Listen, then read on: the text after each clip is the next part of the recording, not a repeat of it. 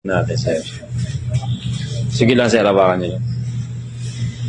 Bali, ito yung stock na, sir, no? Sariwa pa, kailan lang yan? September 24. Okay. So, bali ang ginawa natin, guys, pinalitan natin mismo yung pinaka-foam nila.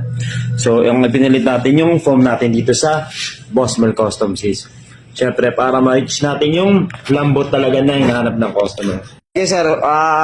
Diin na mo yung pinaka-stock na foam nyo. Okay. Matigas talaga, no? So, ito yung pinalit natin. Alright? So, yan naman, diin na mo yan. O, diba? Lambot. Kahit dito sa may gilid, sir, no?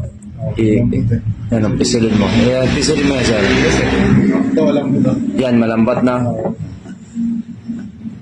Lambot nga. So, okay na yan. So, what's up, guys?